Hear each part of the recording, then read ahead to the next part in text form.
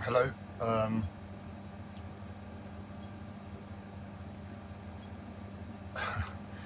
uh,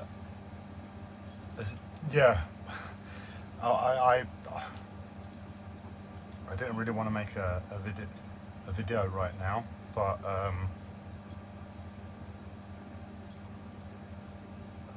my mental health is latching on to some of the physical conditions I have, and with life being so pressured, um,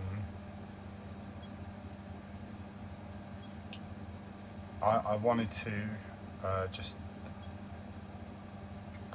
how can I put it? I'm going to get somewhere with this. Right, I've been. My mental health has been trying to get in the way, or at least it's been getting in the way of everything. So, getting myself together today and sitting down to start some tattooing, which I've been getting on with lately. Um, it's proved difficult, and as I said, today specifically because it's been latching on to some of the physical health conditions I've got, and for that reason, it's a good idea, a wise idea to just take a time out. Well, what it is because my mental health is relentless, and it's very antagonising. That's how I receive it. And I have received that the antagonism from my mental health.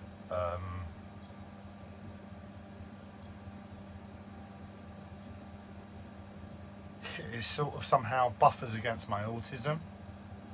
And my autism is specifically designed in such a way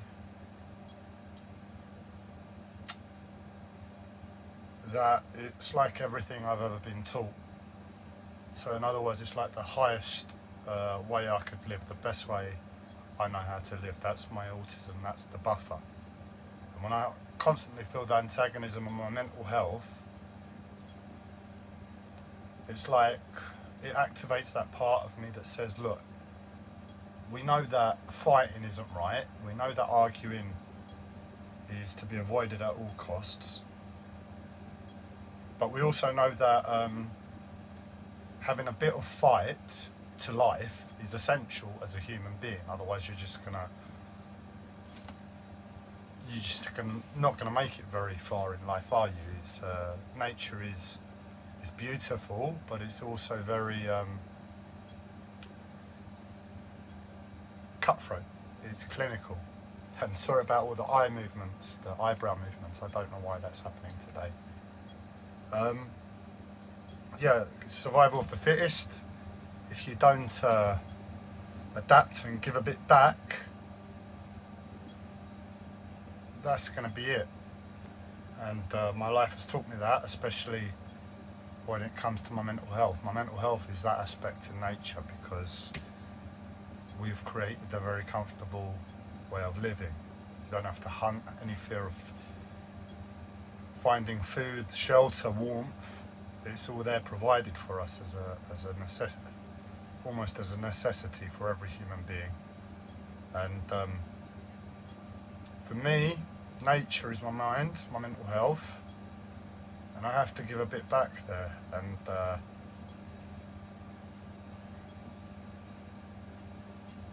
my autism is often the reference when I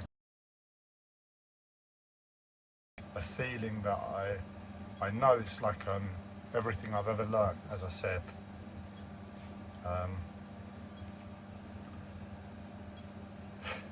So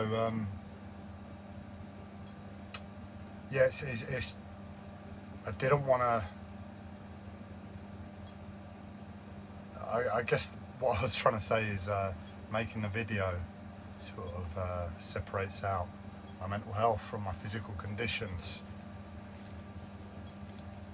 as much as my autism is saying right now, we know the problem is my mental health, and really I should be giving a bit back to my mental health rather than taking the easy option out and my flipping eyebrows, man. Taking the easy option out and making a video, but I managed to see how it's still appropriate given everything and all the circumstances in my life, and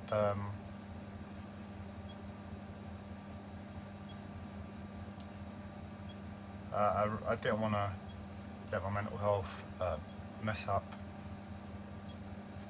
what I found in being able to focus on tattooing. So it was something to be preserved. Oh, sorry, man. Preserved. So it took me a good 6 minutes to get that out, to talk a little bit about eyes. As I said in previous videos, my eyes have been troubling me lately. I all but lost my vision. I was having quite a bit of discomfort there, and it was very hard to see. My vision was all blurry. But my eyes have come back, and it's gone that exact opposite. It's like everything's supervision at present, but it's causing me so many problems. It's unbelievable. I'll rewind a bit. What happened is when I was discharged from hospital at the beginning of the year, I felt depression coming in the hospital, and I programmed myself before that to be able to handle depression. Life program certain aspects of depression. So when it came in hospital, that's when I felt it. To be fair, it was starting just before hospital, but it really did take a grip in hospital. And as I said, life trained me, my mental health trained me to deal with certain aspects of it. So when it came, I felt it, and it was almost like a separation, and it was a very heavy weight circling my eyes. And it was like I was holding depression from my eyes. So I felt it on an energetic level, and I could separate from it, and I could deal with it to a certain extent, and that's what I've been trying to do. And the whole way through, I'm always honest with what I'm experiencing. So that's why I talk openly about depression. But I'm fully aware at the same time of how I've experienced depression in the past, and how gripping and hard a place it can be to get out of. So I don't take any of this lightly, and when I say I'm able to deal with certain aspects of depression, I really do have to monitor my words there, because I'm in a very treacherous place with things that could get harder for me in those terms. And I don't want to jinx myself just being a bit egotistical because I'm putting a video out there. But yeah, that's how my depression started, and I felt it around my eyes most of this year, and it really has been pushing me in terms of paranoia. One of the possible diagnoses I've been given from doctors is paranoid schizophrenia, and largely I feel I've done all I could to really find a way of living with it, the paranoia aspect, up until last year, and with the depression, it's a new learning process. So I'm seeing how, given the way I've been living my life this year, and given the way the depression has been presenting itself,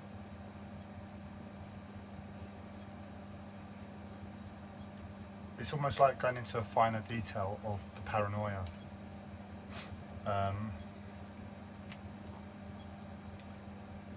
And it's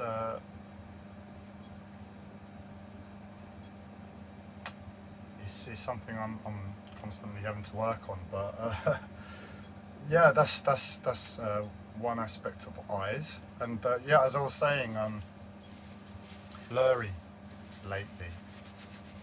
And now it's gone the other way. Everything seems to be super clear, but it's like there's so much pressure on my eyes. It's almost like if the depression was a consciousness in itself. Say it was like an alien, and that was depression, and it comes around the eyes.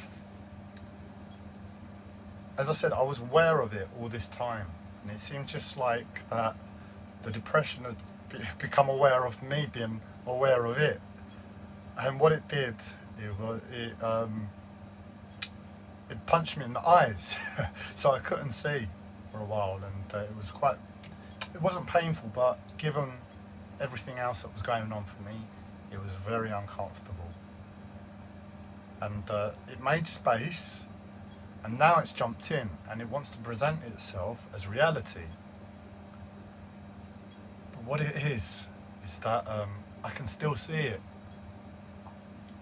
because I know my physical body and the ailments that are going on for my body, and how I would choose to live my life ordinarily for what's going on for my body. As I said, I'm a previous alternative therapist.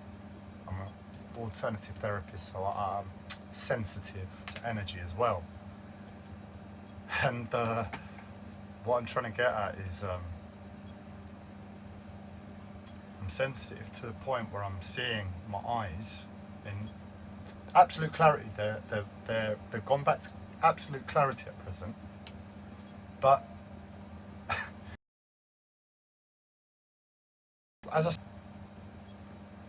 but the speed that this clarity needs to sustain itself with on a daily basis, I'm not able to give. This process of this depression that was surrounding me, and now it's flipped to absolute clarity, and it's presenting itself as normality. And to be honest, I'm experiencing this situation for the first time in my life, and I don't know quite how to deal with it. I'm doing my best. I bought some glasses, magnification glasses, for when I couldn't see. And ironically, now that everything's super clear, if I put the magnification glasses on, it takes me back. So where everything was super clear, it becomes a bit blurry again. And because it is magnified, it does, eventually it sort of gets a bit clearer, and everything does become a bit bigger. And it sort of slows things down. So from the pressure of my eyes, wearing the wrong magnification glasses puts like an extra filter in, and somehow it just allows me to calm down. So it's just a bit funny how I've stumbled across this, and I thought I'd share that and share the aspect of depression and how that was coming in and affecting eyes predominantly. And another aspect that I've been really focusing on with eyes lately is the soul, and in terms of past lives specifically, because that's where my mind has been going. It's like reincarnation. Who was I last life? Who was this person last life, etc., etc. And I've been exploring it, and the more I explore, the more I learn. And basically what happens is initially I thought it was a case of literally a person dies, then you give it like a year for that, or a few month process for that body to literally leave the planet as the consciousness that it was, and enter into an inception. What's it called? Conception. When the baby is conceived, and a 9-month process until it's born. So if you look at, on average, a year process from a death to being born. That was how I entered it initially, and that has some truth. But what I've been told is that in every lifetime that we live, the eyes are always the same. So in other words, what that means is the eyes are key. If it's true about the 1 year thing, then the eyes would match up. And in my research, they didn't. So I then expanded on that to some other spiritual understanding. I heard once before in a workshop, and as I said, spiritual stuff just sticks in. I don't really remember all the time exactly where I've heard it, though I have a vague idea of the workshop a long time ago. And I was told that the soul takes 7 years once it's on the other side to return. So in other words, the body dies. It might take a few month process for the soul to leave that specific consciousness. Then a 7-year human earth time process before that soul is allowed to return.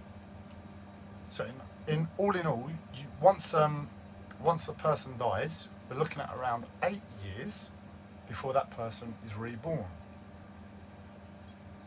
And yeah, it's I think I've been able to hit the nail on the head. I'm looking at different people, and I found a few famous ones, and they match up. The eyes match up, and not only do the eyes match up, but the bone structure matches up. So if you look at the bone structure of different people, obviously the bones look different. But if you compare them to a past life, my understanding is, on the whole, they're largely the same.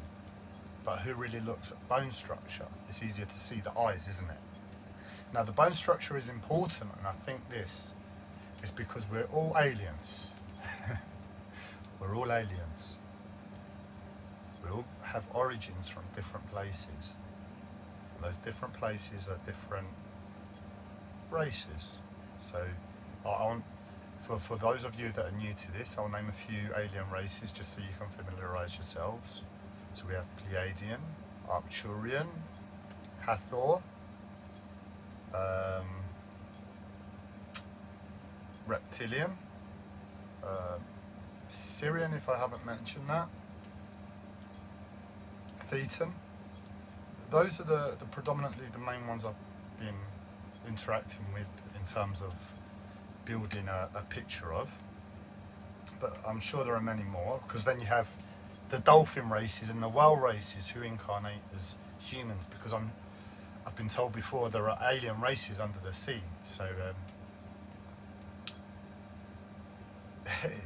there's still a lot more to discover. And essentially what I'm trying to get at is, depending upon where we come from, when we incarnate as a human, no matter if we're black, white, red, brown, yellow, pink, green, orange, whatever, we hold that bone structure along with our own original eyes. So I think what it is these past few thousand years has been some sort of conscious, unconscious, interracial sex process whereby bone structures and consciousnesses are being muddled up and shuffled in such a way that we're getting really, really more complex options as to I don't know. It's almost like to be honest, I've not meditated, reflected on this aspect enough. But you can see the possibilities of what it could mean if you shuffle up 100 different alien races in such a way that there are the races upon Earth to subdivide the bone structure, the consciousness, the emotional body, the energy body, and it all mixes up.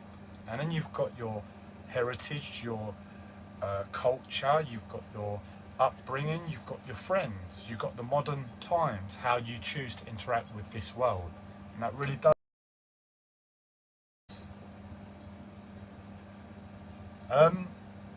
But yeah, I think I might have stumbled across who I was in a previous life.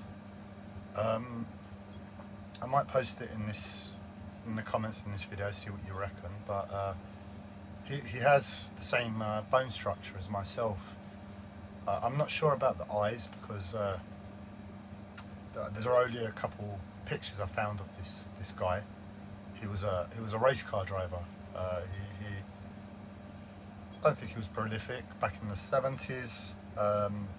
Made it up to Formula 2, didn't really win anything. I don't want to start mentioning his name because I appreciate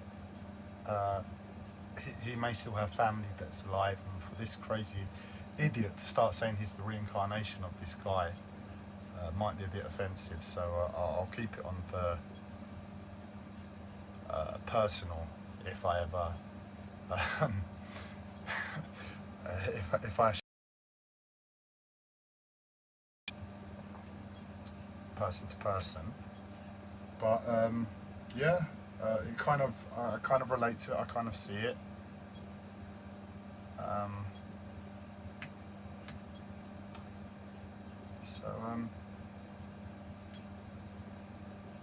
He looks a bit like I won't say actually, but anyway, yeah. So that's the eyes. That's all I've really got to share with that aspect.